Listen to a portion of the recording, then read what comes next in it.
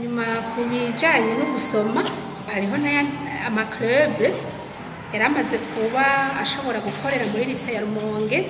Turafise jewe mvuga nka club ndi encadreze wayo ni club RFI. Muri club RFI rero turafise abanyeshure bagerageza kandi babikunda.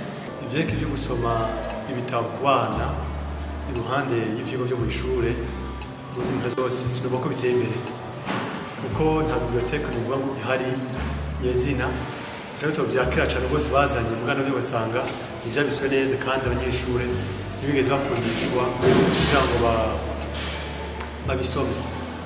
No muse novuga ko ibyo gusoma nta kibanza kinini bifise kiretse ibikorwa bijanye n'ivyigwa byo mu ishure. Hanyuma na jewe sinoca ngaho ngo mbeshe ko gusoma kw'abanyeshure kuba guteye imbere cyane kuko iyo uvuze ngo bahimiririze gusoma n'agatabo kamwe umuntu ashobora kuba yatsitaye bo bagutura ibibazo by'iyo bataha n'ingene bafatirwa cyane iyo bageze muhira bakagutura utubazo baba bafise bukereye ugasanga kumbure uvuze ngo ubasomeshe ku nguvu naho nyine uca usanga ata mwimbu biriko bitanga. Ariko natwe nk'abigisha twamiza ko mu kubakaburira gusoma kuko umuntu ntashobora novuga nti kuba riche en vocabulaire adasoma.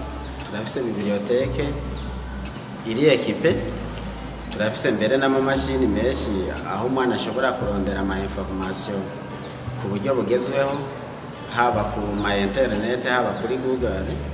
Turafitaniye kandi ubucuti n'amakreba amwe yo mu bihugu vyo hanze nk'Ubudagi n'Ubushinwa baraduha ibitabo kandi abana baravyitaho barabisoma.